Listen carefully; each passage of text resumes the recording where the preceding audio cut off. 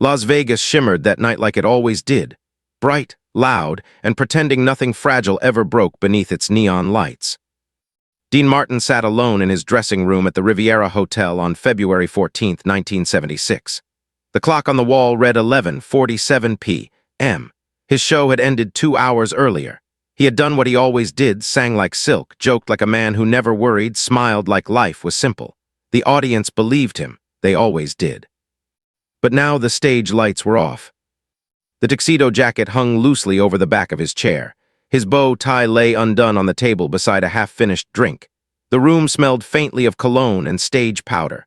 Outside, laughter drifted from the casino floor. Inside, there was silence.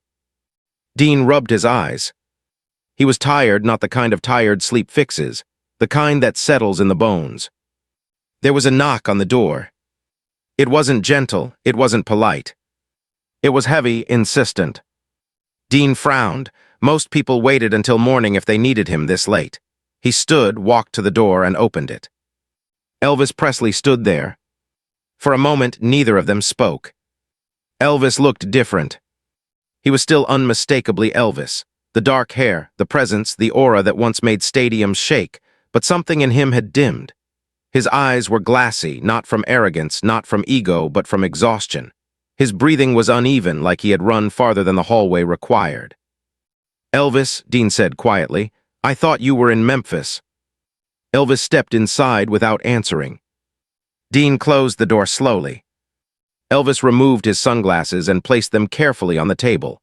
His hands trembled, just slightly. He tried to steady them by pressing them flat against the mirror counter. "I needed to see you," Elvis said. His voice was softer than usual, not the booming confidence people expected. "Couldn't wait." Dean studied him. "Are you all right?" Elvis gave a faint smile. "You always ask that like you really want the answer." "I do," Dean replied. For a moment, Elvis just looked at him. "There are friends you laugh with, there are friends you drink with, and then there are the rare few who see past the performance. Dean was one of those few." Elvis reached into his jacket. He pulled out a white envelope. It was sealed with deep red wax. His initials were pressed into it, EP. He held it carefully, like something fragile. "I need you to keep this," Elvis said. Dean did not take it immediately. "What is it?" Elvis hesitated. "Something I wrote, something important." "Then tell me now." "I can't." The word landed heavy between them.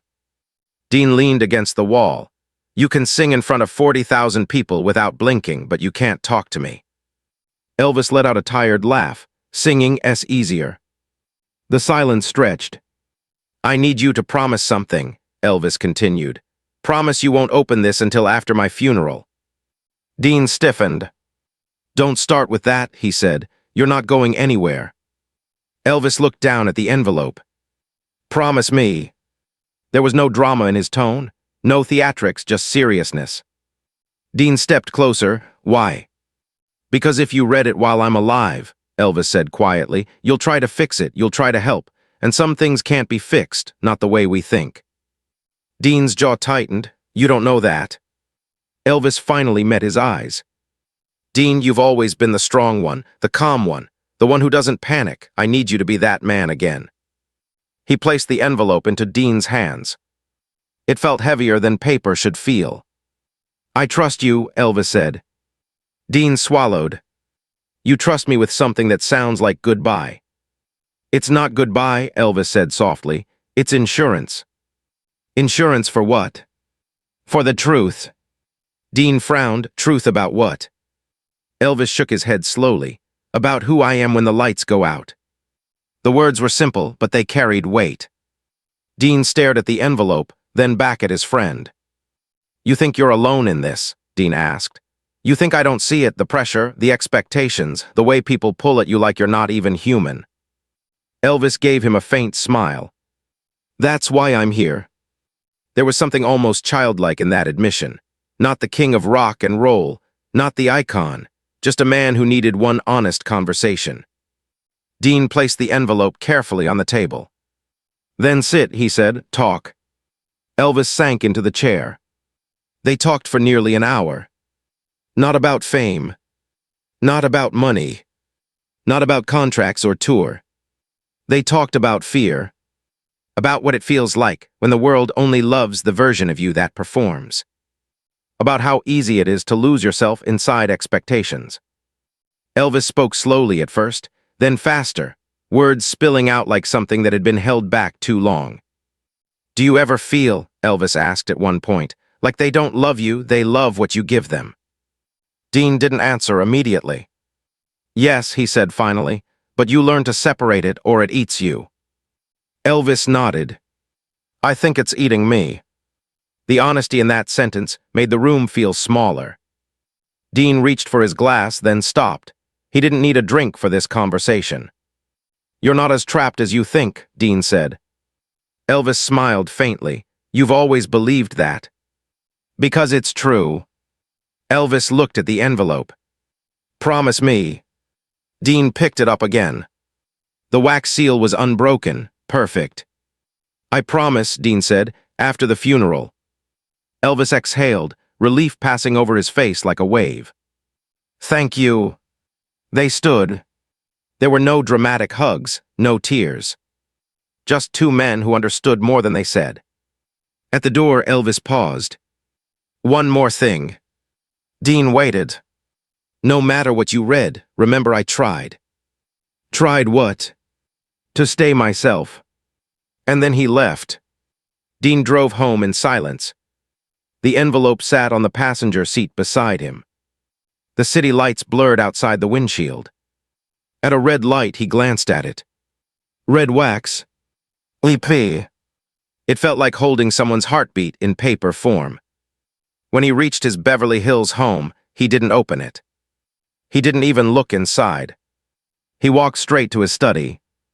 Behind a painting, hidden within a safe built into the wall, he placed the envelope carefully inside. Closed it. Locked it.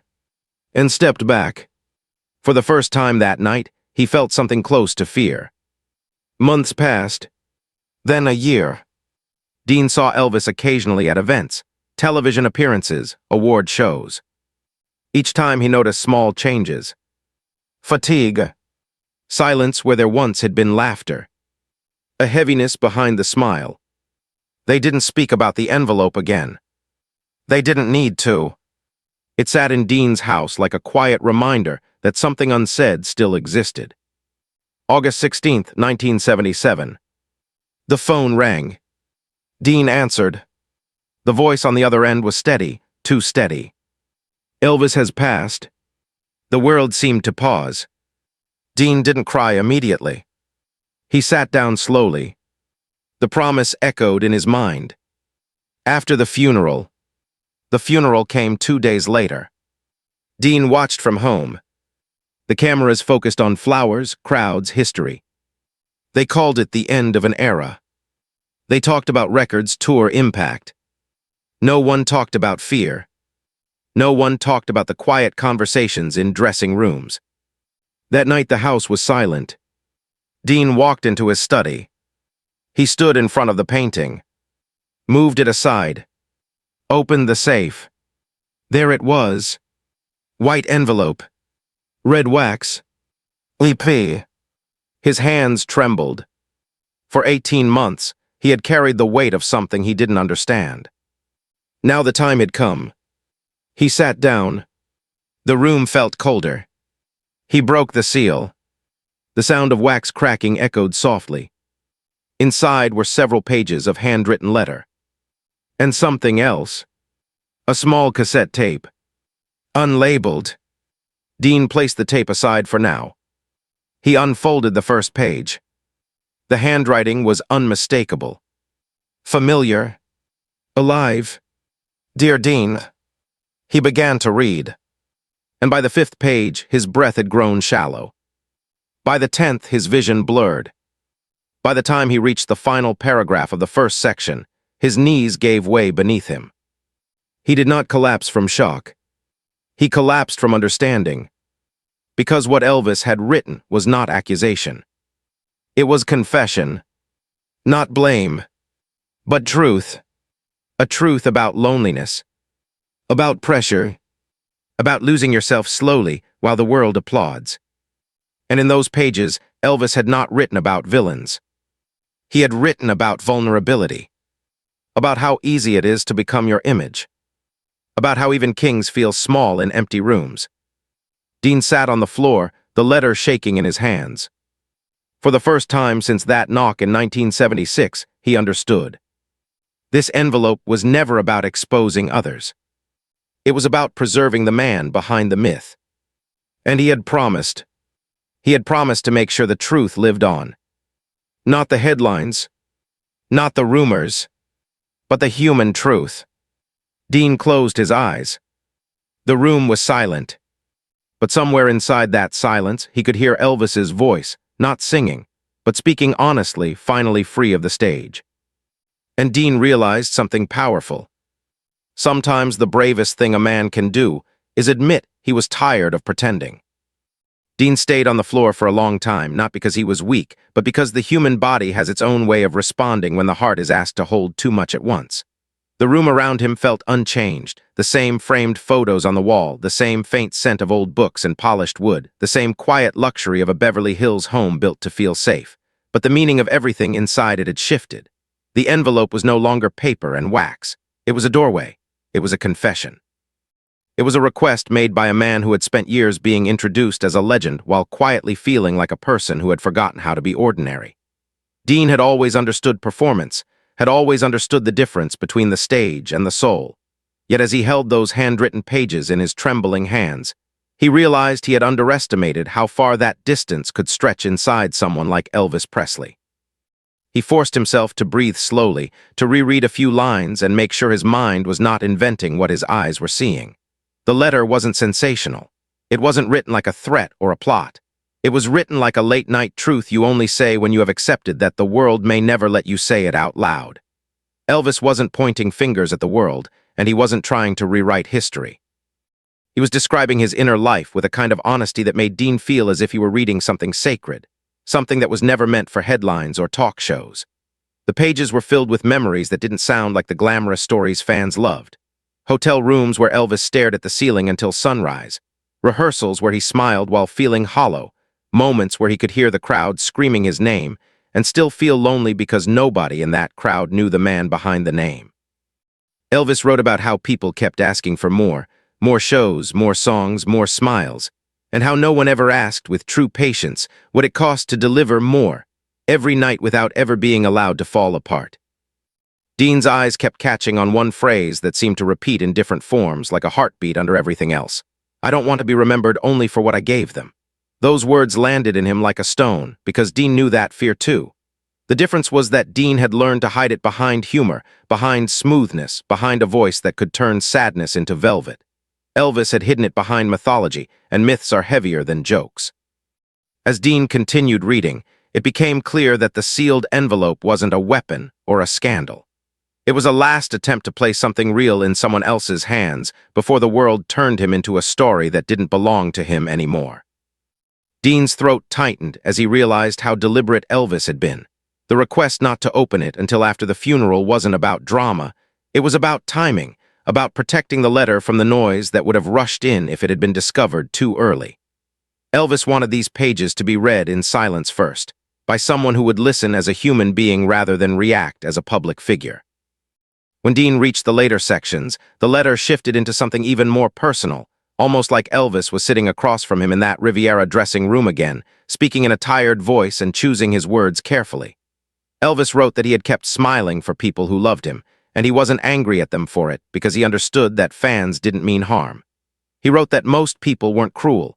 They were simply hungry for comfort, and his music had been comfort for them. He wrote about the strange guilt of being needed by millions while still feeling as if he could not lean on anyone himself. Then the letter moved into the most delicate territory. Not rumors, not accusations, but emotion. Elvis described moments of regret, moments when he wished he had said no more often, moments when he wished he had left the lights and the noise behind and lived a quiet life where nobody expected him to be Elvis on command. He admitted he had made mistakes, that he had tried to fill emptiness with things that never truly filled it, and he didn't ask Dean to excuse him. He asked Dean to understand him, which is what people ask for when they finally stop trying to be perfect. At the very end of the letter, Elvis had written something that made Dean's fingers curl around the paper as if he could keep it from slipping away into grief. If anyone ever tells you I didn't love my life, tell them they're wrong.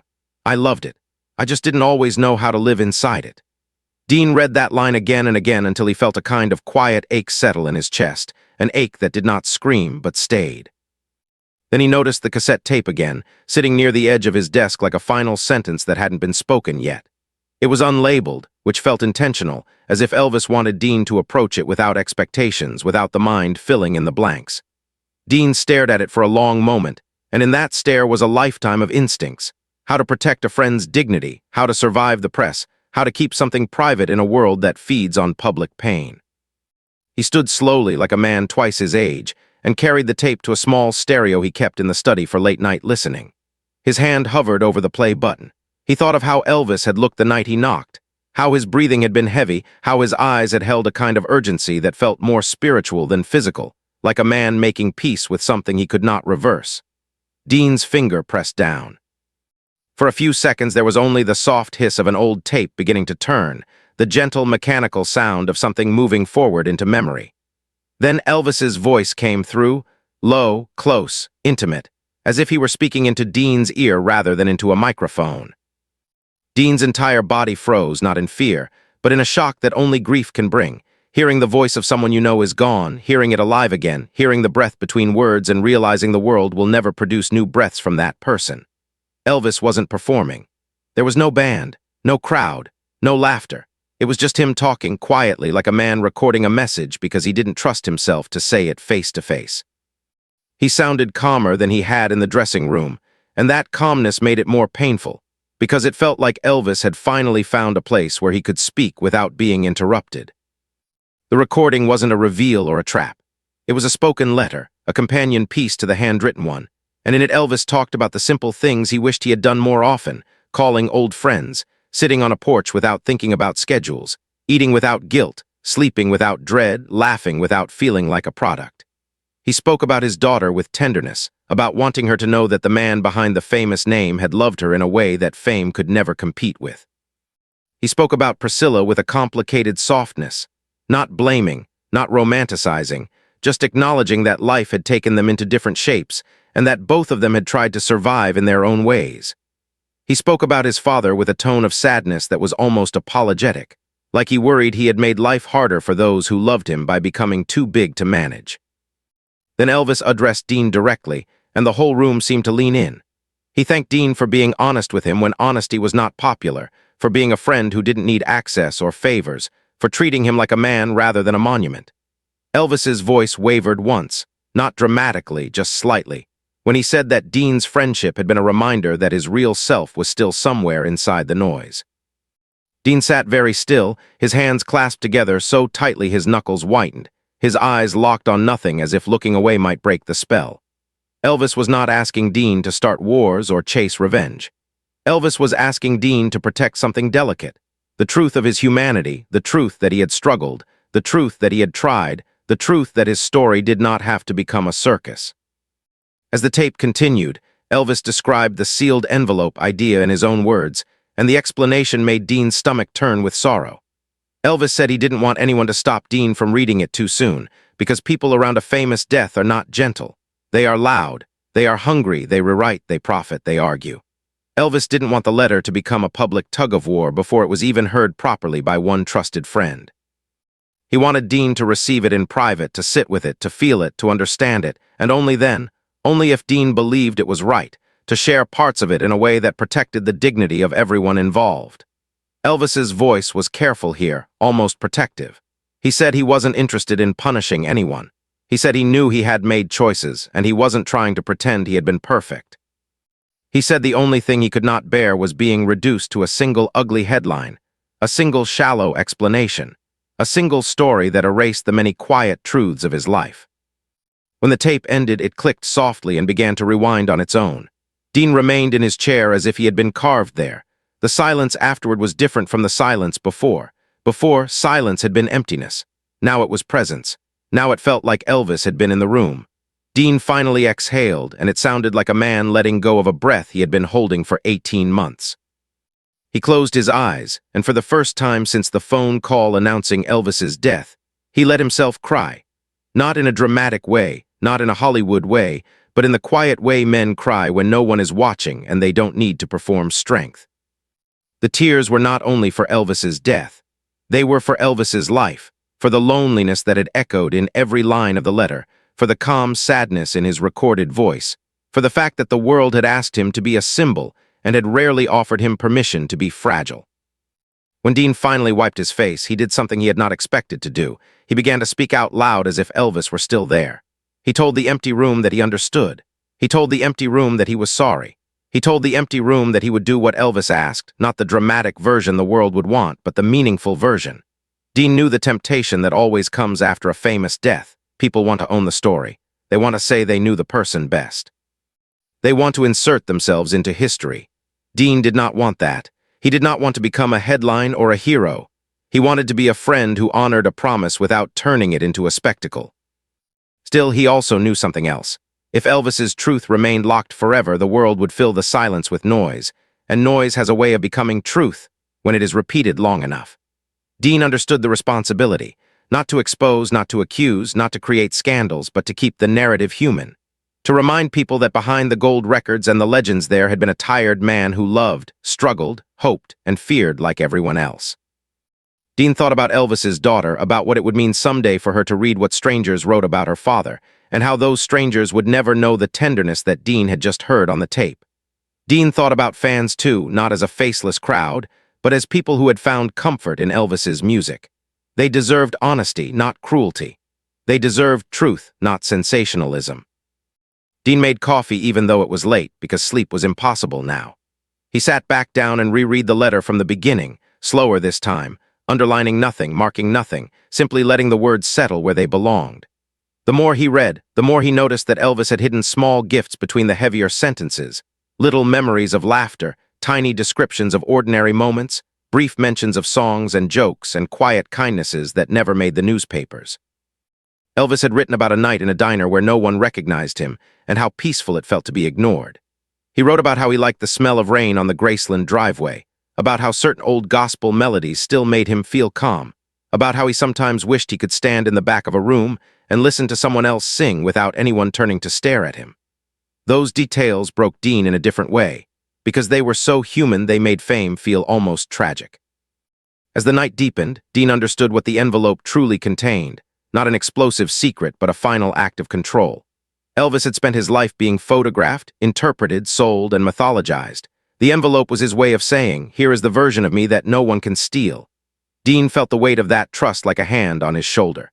He began making a plan, not the plan of a publicist or a manager, but the plan of a friend who understood consequences. He would not rush to the press. He would not create a storm. He would first speak to the people who mattered most, quietly, respectfully, so that Elvis's words could be handled with care. By dawn, Dean had written down a list of names, not for drama, but for dignity. Elvis's family, one trusted lawyer, one trusted journalist known for restraint, and one person from the old circle who had loved Elvis without needing to benefit from him. Dean wanted a small council of decency around something fragile. He also wrote down one more thing, underlined twice: protect the girl. Because Elvis had spoken about his daughter with a love so clear it felt like light. And Dean knew that if the world was going to argue about Elvis, the least they could do was spare the child who would grow up surrounded by opinions she never asked for. Sun rose over Beverly Hills, turning the curtains pale gold. Dean stood at the window and watched the morning arrive, feeling older than he had the day before. The city outside looked normal: cars, sprinklers, birds, the distant hum of a world continuing. But inside Dean's chest something had changed permanently. There are moments when you realize friendship is not only shared laughter. Sometimes it is carrying a truth that cannot be uncarried. Dean turned away from the window and walked back to the study. He placed the letter and the tape back inside the safe, but he did not lock them away like a secret anymore. He locked them away like a promise. And as he closed the safe, Dean whispered something that nobody would ever quote in magazines because it was too quiet and too real to become a headline. He whispered, "I'll do it right, brother. I'll do it right." That day, the world continued talking about Elvis Presley, the legend. But somewhere behind a painting in a quiet Beverly Hills home, Elvis Presley, the man, had left a message that would not let one friend rest until it was honored with care. Dean knew the next steps would not be glamorous. They would not be easy. They would require patience, courage, and restraint, the kind of courage that doesn't shout, the kind that holds steady when the world demands a show. Dean had spent his whole career making audiences feel good for a few hours at a time. Now, he faced something far harder, making sure one friend's truth did not get crushed by the machinery of fame, even after death. And in the hours that followed, as phones began to ring and Hollywood began to stir, and headlines began to assemble themselves like vultures, Dean Martin sat alone at his desk, staring at a blank page, preparing to write the one statement that mattered. Not a scandal, not a spectacle, a human statement. One that would force the world to see Elvis not as a rumor, not as a punchline, not as a myth, but as a soul who had tried to remain himself inside a life that never let him breathe. Because the envelope had not been given to destroy anyone. It had been given to save something. It had been given to save the truth of a man who, for all his fame, had been quietly begging to be understood. The morning after Dean listened to the tape felt strangely ordinary, and that ordinariness unsettled him more than anything dramatic could have. The newspapers were already filled with familiar phrases: the king, an era ends, a tragic loss, and as Dean skimmed the headlines at his kitchen table, he felt the quiet frustration of a man who knows that the truth is always more complicated than a column of bold type. None of the articles were cruel, most were even affectionate, but they were incomplete. They spoke about records sold, awards won, and performances that shaped a generation. They did not speak about the letter resting behind a painting in Dean's study, or the trembling voice on the tape that had said, almost shyly, that fame sometimes felt like a cage lined with applause. Dean understood that the public needed something clean to hold on to, something heroic and tragic at the same time. Yet he also knew that if Elvis's story hardened into a single narrative too quickly, the more fragile truths would vanish beneath it like footprints in sand. Dean had always believed that timing mattered, that rushing into emotion rarely produced wisdom, so he spent that first day not speaking publicly at all. Instead, he made a few deliberate phone calls to people he trusted deeply, not people who thrived on drama but people who valued decency. He reached out to a long-time attorney whose discretion had been proven in quieter battles, and he asked for a meeting without explaining too much over the phone. He also called a journalist he respected, a woman known not for sensationalism, but for long, thoughtful interviews that allowed nuance to breathe. He did not invite her to publish anything yet. He invited her simply to listen when the time came. Dean's instinct was not to broadcast Elvis's words, but to build a circle around them, to create a small space where the truth could be examined carefully before it touched the noise of the world. That afternoon, he drove to Graceland, not as a celebrity, but as a friend who wanted to stand quietly in a place that held memory. The crowds had thinned slightly since the funeral, but flowers still lined the gates in layers of color and grief. Dean stood back from the crowd, hat pulled low, hands in his pockets, and watched strangers speak softly about a man they felt they knew through music. He did not resent them for it. In fact, he felt a strange gratitude toward them because their love had not been fake. It had been real in its own way. The problem had never been love. The problem had been the weight of sustaining it without collapse. As Dean walked along the driveway where Elvis had once driven his cars, he remembered the line from the letter about the smell of rain on that very pavement, and he found himself looking up at the sky, half hoping for clouds that might prove the memory true. Inside the house, conversations were hushed and careful. Dean spoke privately with members of the family, not revealing every detail but gently sharing that Elvis had left behind something personal that he intended to handle with respect.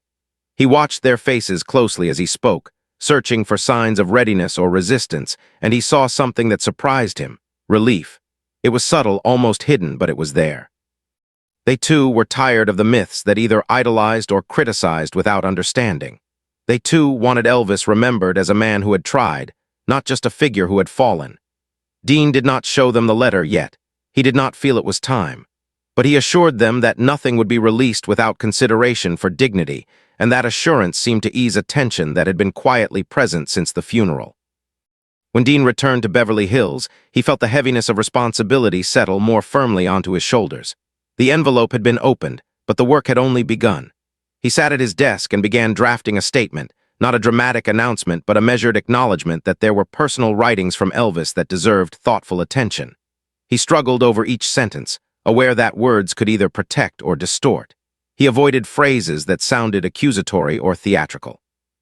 Instead, he wrote about friendship, about the complexity of human lives, about how public figures often carry private burdens that remain unseen. He made it clear that any sharing of Elvis's words would be done with care, not to create scandal, but to deepen understanding. The process took hours because Dean refused to allow emotion alone to guide him. He wanted intention behind every line. In the days that followed, the pressure to speak publicly intensified. Television producers called repeatedly, offering interviews that promised large audiences. Talk show hosts hinted that a dramatic reveal would honor Elvis's memory. Even acquaintances he had not spoken to in years reached out, eager to be connected to whatever story might unfold. Dean felt the pull of temptation in subtle ways, not because he wanted attention, but because part of him wanted the world to hear the voice on that tape immediately, to feel the tenderness he had felt, to correct the oversimplified narrative spreading across airwaves. Yet he remembered Elvis's careful words about timing, about protecting the letter from becoming a spectacle, and that memory steadied him. The promise had not been made lightly, and Dean had no intention of breaking it under the weight of public curiosity. One evening, alone in his study, Dean replayed the cassette. This time he listened not as a grieving friend but as a guardian of legacy. He paid attention to tone, to pauses, to the quiet humor that still flickered in Elvis's voice even when discussing regret. He realized that the recording was not a manifesto, it was a portrait. It revealed vulnerability without bitterness, accountability without self-pity. Elvis had not asked to be excused from his choices. He had simply asked not to be flattened into a caricature of excess or tragedy. That distinction mattered deeply to Dean. He understood that in the public imagination, stories tend to become extreme, saints or sinners, victims or villains. Elvis's letter and tape resisted that simplification. They insisted on complexity, and complexity is rarely welcomed by headlines.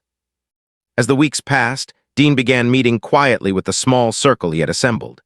They sat around his long dining table, the letter carefully placed in the center, and read sections aloud. There were no raised voices, no gasps designed for effect.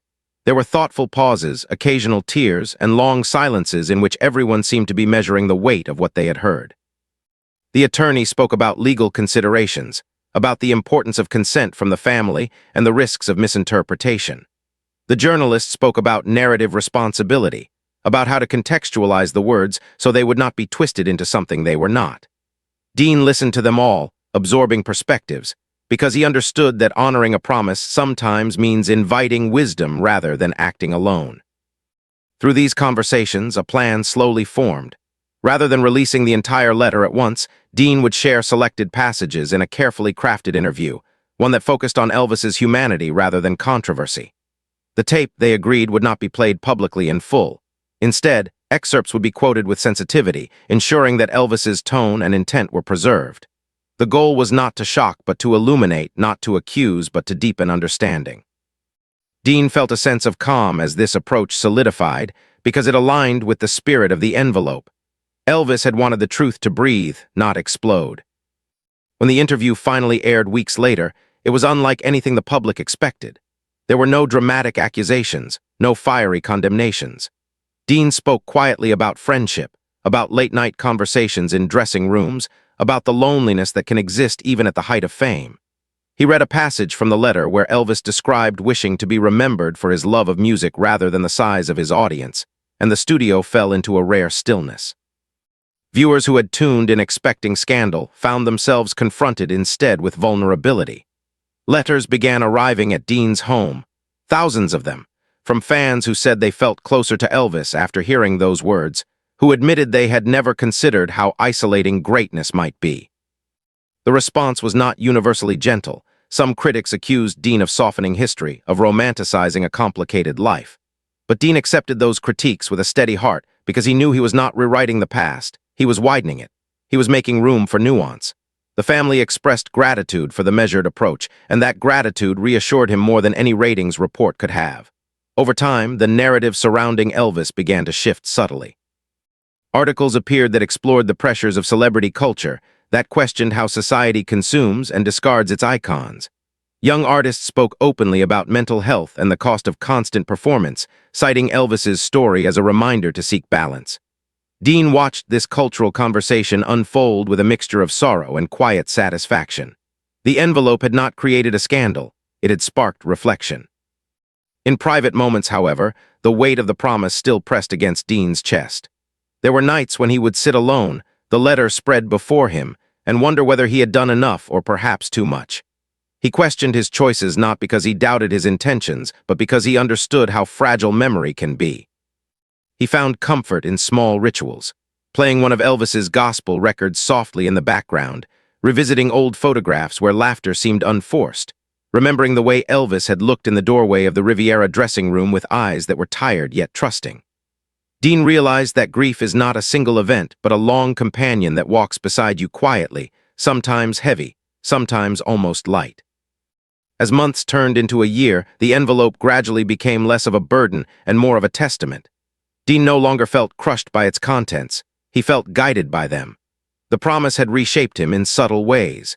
He found himself speaking more honestly in interviews about the pressures of fame, encouraging younger performers to build circles of trust outside their professional lives. He became more protective of his own boundaries, more willing to step back from schedules that felt overwhelming. In honoring Elvis's vulnerability, he had begun to examine his own. The friendship had not ended with death. It had transformed into a quiet influence that continued to shape decisions. One late afternoon, nearly 2 years after Elvis's passing, Dean stood once again in his study, holding the envelope now carefully resealed and preserved. He had decided that one day it would belong to history, perhaps placed in an archive where scholars could read it with context and care. For now, however, it remained his to guard. He touched the wax seal gently, aware that what had once felt like a weight now felt like a gift. Elvis had trusted him not to sensationalize, not to exploit, but to humanize. That trust had deepened Dean's understanding of what friendship truly means. It is not only about shared laughter and applause. It is about being entrusted with the parts of someone's life that never make it to the stage. Standing there, Dean felt a quiet sense of completion, though not closure. Closure implies an ending, and this story did not feel finished. It felt ongoing, woven into conversations about artistry, vulnerability, and the cost of being adored. The envelope had done what Elvis intended. It had preserved the truth of a man who loved his life even when he struggled to live inside it. And in carrying that truth carefully into the world, Dean had honored more than a promise. He had honored the humanity of a friend. As the sun dipped behind the hills outside his window, casting long shadows across the study floor, Dean whispered once more, not out of sorrow but out of gratitude, "You're remembered right." The words did not echo dramatically. They settled into the room like a quiet affirmation. The king of rock and roll would always be remembered for the music, the charisma, the legend. But because of a sealed envelope and a promise kept, he would also be remembered as a man who had dared to reveal his heart to one friend and trusted that friend to handle it with care.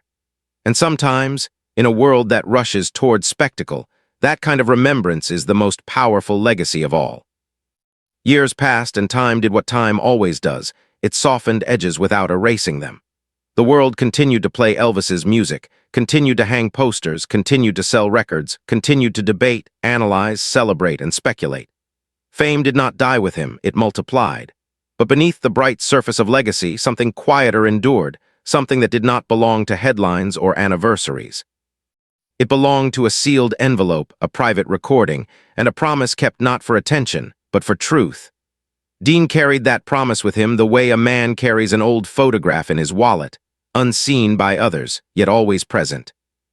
The cultural conversation that followed the careful sharing of Elvis's words had evolved in unexpected ways. Artists who once believed they had to suffer in silence began speaking openly about exhaustion, about the pressure to appear unbreakable, about the strange isolation that fame can create. Interviews shifted subtly. Journalists asked different questions. They asked not only about achievements, but about well-being, about support systems, about the cost of performing night after night without pause. It was not a revolution, but it was a ripple, and Dean knew where that ripple had begun. It had begun in a dressing room on a February night when a tired man chose honesty over pride. Dean himself had changed in ways he did not fully recognize at first. He became more deliberate about stepping away from the stage when he needed rest. He declined appearances that felt unnecessary. He surrounded himself with people who were not impressed by fame but invested in friendship. When younger performers sought his advice, he did not speak in riddles or cliches. He spoke plainly about boundaries and about the importance of having someone in your life who sees you without applause in their eyes. He never framed his advice as a lesson learned from tragedy. He framed it as wisdom gained from love. The envelope had not hardened him, it had softened him in places that mattered. One autumn evening, several years after Elvis's passing, Dean was invited to speak at a private gathering of musicians and industry leaders who were discussing the future of artist care and support. It was not a glamorous event. There were no flashing cameras, no red carpets. It was a round-table discussion in a modest hall where people spoke candidly. Dean stood before them, not as a legend but as a witness, and he shared what he had learned about the quiet cost of expectation. He described how easy it is for an artist to become a symbol rather than a person, how contracts and tour can overshadow conversations about health and humanity. He did not name names.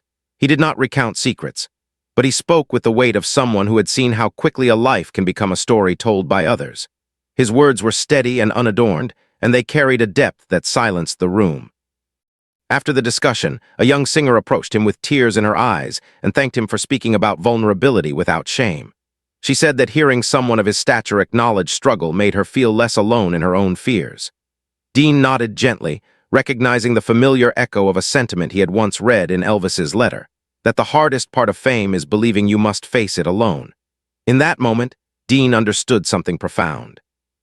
The envelope had not only preserved Elvis's truth, it had allowed that truth to become a bridge for others. It had turned private confession into quiet guidance. At home, the study remained unchanged. The painting still concealed the safe, and the envelope rested inside, carefully preserved against time. Dean occasionally opened it, not out of grief but out of reflection. Each reading revealed something slightly different, as if the words matured alongside him. Where he once saw sorrow most vividly, he now saw courage. Where he once felt collapse, he now felt resilience. Elvis had not written as a man defeated. He had written as a man determined to be remembered honestly. That distinction mattered more with each passing year. Dean also began compiling his own reflections, not for publication but for clarity. He wrote about the Riviera night, about the knock that sounded heavier than usual, about the way Elvis's eyes had held both exhaustion and trust. He wrote about the moment the wax seal cracked, and about how the sound seemed louder than it was. He wrote about listening to the tape in the dark and realizing that the most powerful truths are often spoken in whispers. These pages were not meant to compete with the envelope. They were meant to accompany it, to ensure that when history eventually encountered the letter, it would encounter context as well. As the decades shifted and the world moved further from the 1970s, Elvis's image became increasingly iconic, almost mythic in its distance. Younger generations knew him through reissues and documentaries rather than lived memory. Yet within that distance, the narrative remained balanced because of the careful choices Dean had made. The legend remained, but so did the humanity. Biographies began to include passages about the emotional toll of fame. Scholars discussed the cultural expectations placed on public figures. The story had expanded beyond tragedy into conversation. Dean did not claim credit for this shift, nor did he seek it. He simply recognized that one private promise had contributed to a broader understanding. In his later years, when interviews inevitably returned to the subject of Elvis, Dean answered with measured warmth. He did not dramatize the envelope. He referred to it as a gift of trust. He explained that collapsing upon reading it had not been about scandal, but about empathy, about the body reacting to the depth of someone else's vulnerability. He emphasized that the letter's greatest lesson was not about exposing wrongs, but about acknowledging complexity. Each time he spoke, he felt as if he were polishing a fragile piece of glass, ensuring that it caught light rather than shattered under scrutiny. There were quiet evenings when Dean would sit alone with a record spinning softly in the background and allow himself to revisit memories without sadness overtaking them. He remembered laughter backstage, spontaneous jokes shared in private corners, conversations about music that had nothing to do with charts or critics. He remembered Elvis's curiosity about other artists, his generosity toward staff, his childlike excitement over simple pleasures. These memories balanced the heavier ones and reminded Dean that no life is defined by its struggles alone. The envelope had preserved pain, yes, but it had also preserved love. One particularly reflective night, Dean walked into his study and removed the envelope once more. He held it in his hands and thought about what it represented not only for him, but for culture. It represented the importance of telling one's own story before the world writes it for you. It represented the courage to admit imperfection without surrendering dignity. It represented the quiet heroism of friendship, of standing guard over another person's truth even when it would be easier to step aside. Dean felt gratitude rise within him, not gratitude for loss, but for the opportunity to honor trust. He decided then that when the time felt right, the envelope would be placed in a protected archive, accompanied by his own written reflections, so that future generations could understand both the words and the spirit behind them. He did not rush this decision. He allowed it to mature like the pages themselves. He knew that history deserves patience. When he eventually arranged for the envelope's preservation, he did so quietly, ensuring that the context emphasized humanity over drama. The archivists who received it were instructed to treat it not as sensational material, but as a testament to friendship and vulnerability. They agreed, understanding the responsibility inherent in such a document. As Dean's own life approached its later chapters, he often reflected on the night that had changed him. He no longer felt the sting of collapse when he thought about it. Instead, he felt steadiness. The promise he had made had not been easy, but it had been right. In keeping it, he had learned that truth does not need to shout to be powerful. It can move gently through time, shaping perspectives without spectacle. Elvis's legacy, once at risk of being flattened into extremes, now existed in fuller color because someone had chosen patience over publicity. On a quiet evening near the end of his life, Dean sat by the window of his study as twilight settled over the hills. The air was calm, and the world outside moved at its usual pace, unaware of the reflections unfolding within the room. He closed his eyes and allowed himself to hear not the roar of stadiums, but the soft cadence of a recorded voice thanking him for friendship. He felt no collapse now, only warmth. He understood that the envelope had not burdened him, it had given him purpose. It had reminded him that behind every public image is a private soul, longing to be seen clearly. Dean opened his eyes and whispered into the quiet room, not with sadness but with peace, "You're remembered as a man." The words felt complete. They carried no urgency, no regret. They carried fulfillment. The sealed envelope that had once felt like a weight now felt like a lantern, casting gentle light on a story that might otherwise have remained in shadow. And in that light, Elvis Presley was not only the king of rock and roll. He was a human being who had dared to trust a friend with his truest self. The legacy of that trust extended beyond 2 lives. It lived in the artists who spoke more openly about their struggles. It lived in the audiences who began to look beyond glamour toward empathy. It lived in the quiet understanding that resilience is not the absence of vulnerability, but the courage to acknowledge it. The envelope had achieved what it was meant to achieve. It had ensured that even in a world hungry for spectacle, the most powerful truth remained simple and human.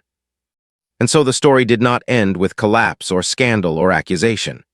It ended with remembrance, with dignity, with the steady knowledge that sometimes the greatest act of strength is not conquering the world, but allowing one trusted friend to see you without a crown.